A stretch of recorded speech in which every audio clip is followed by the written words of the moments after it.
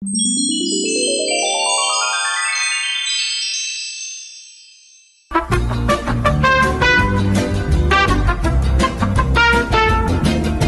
mana boleh tahu SSMGC ada buat kursus TTT? Okay, so basically first time saya tengok SSMG kan, betul tak?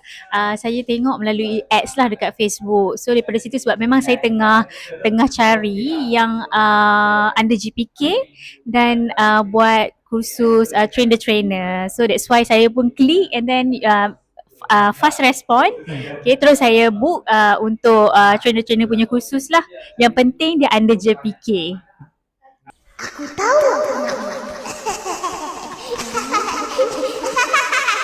Tak belajar TTT dekat SSM Global? Ya, sangat best.